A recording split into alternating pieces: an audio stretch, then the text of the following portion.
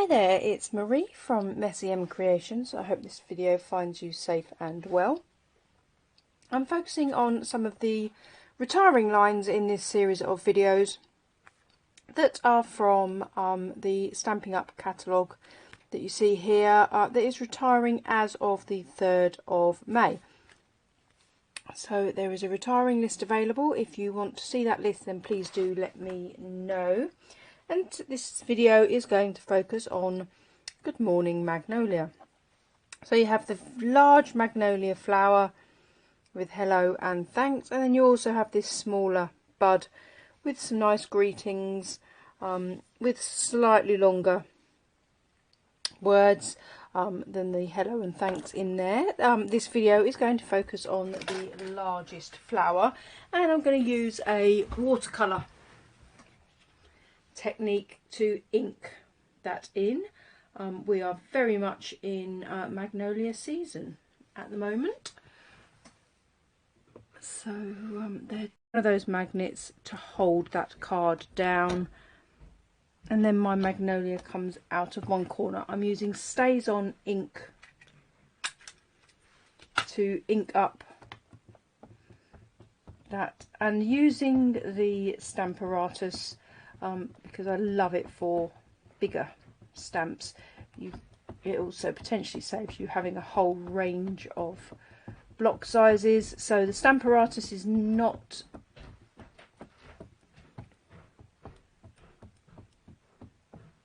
being discontinued. It is the stamp set that I'm using that is. So that's got that inked up. So this is an alcohol based ink, which means when I watercolour, the ink won't run. So just give that a good press down, and there's my flower. And then I've got space on this side to pop a sentiment. So let's put all that to one side.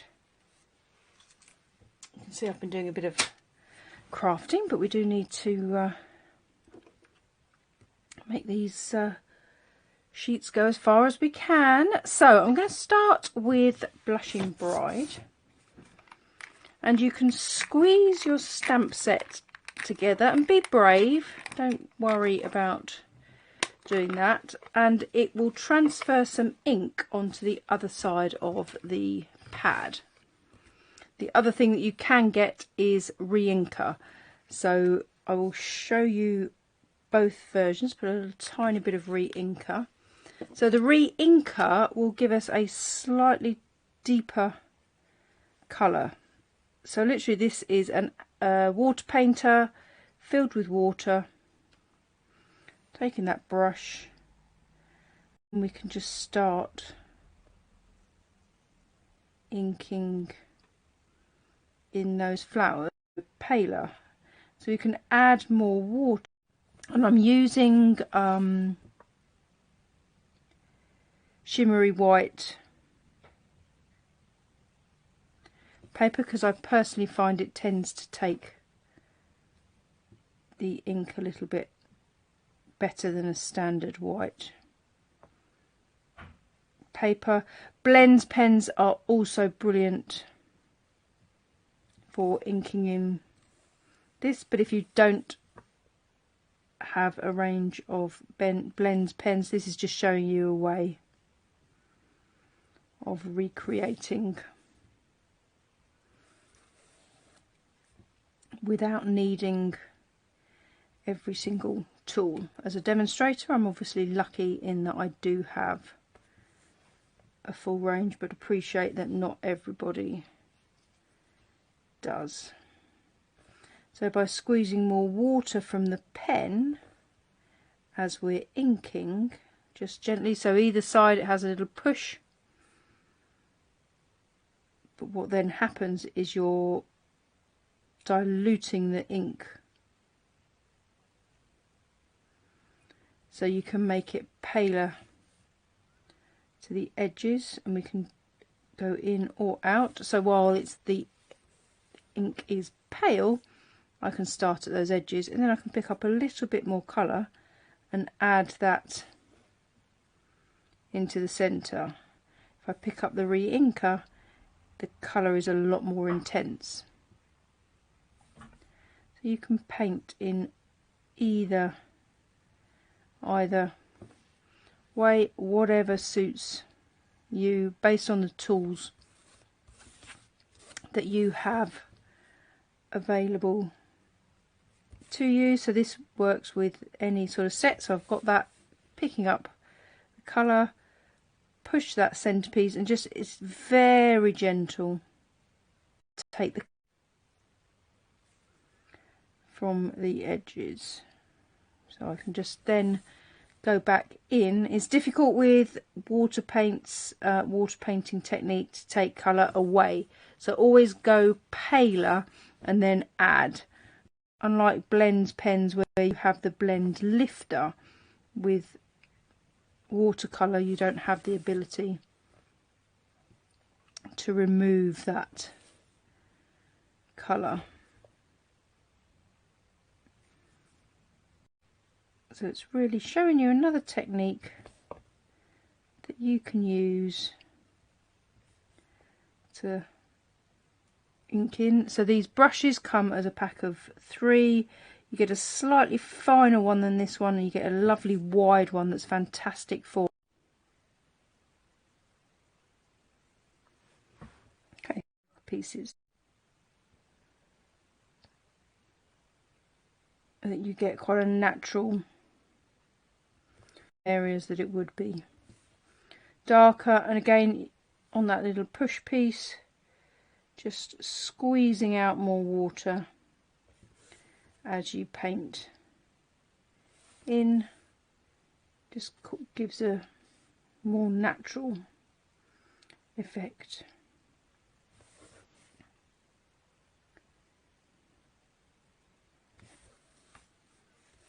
And then we just have to decide on our sentiment. So where those darker bits are on the leaf, I'm putting the density of colour into those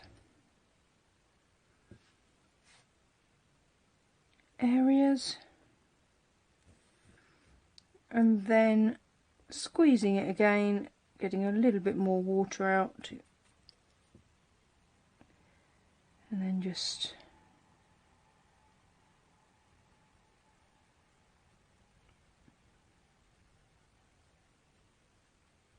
inking in.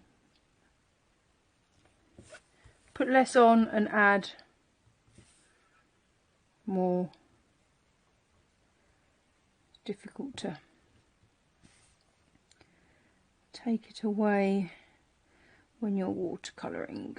So I'm just going to add a little bit there. So I've done this on a piece of card that measures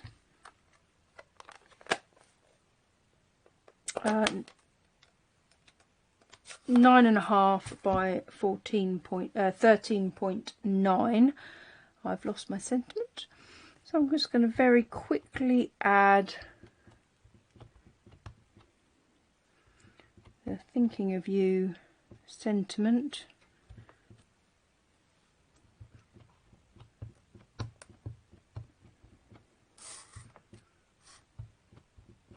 Just checking that is inking up. I think that needs, so the reason we buy a re-inker is as that pad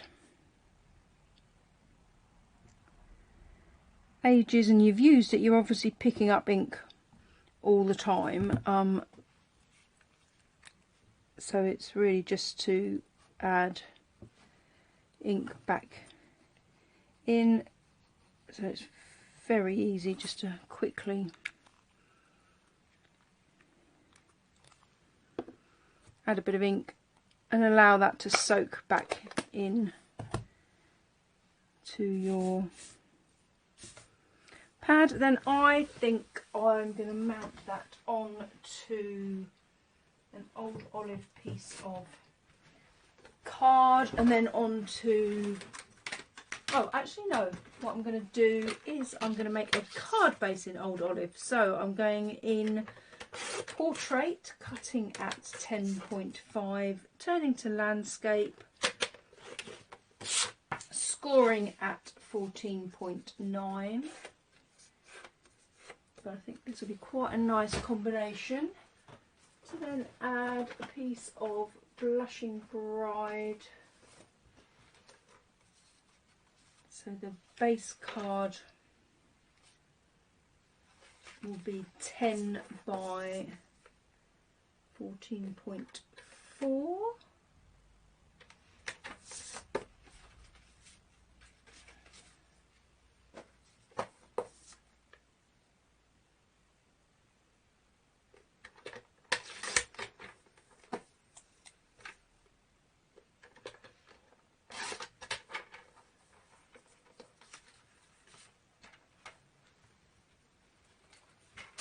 So I stick with measurements that each time are ½ centimetre less to build up that card. We have a slight smudge here, but we're not going to worry about that either. Made a little splob. Use it as an excuse for an embellishment. So we're going to pop that straight on. And oops, daisy, it does matter which way round that goes. So we're going to pop that onto there. And embellishment wise, have I got anything handy? Of course I haven't.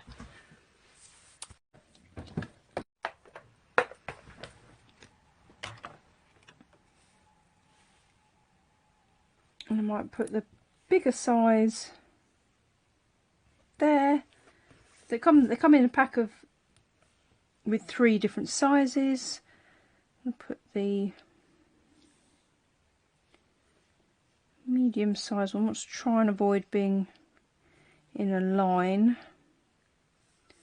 too much. And then the smaller size I'm just going to pop up there.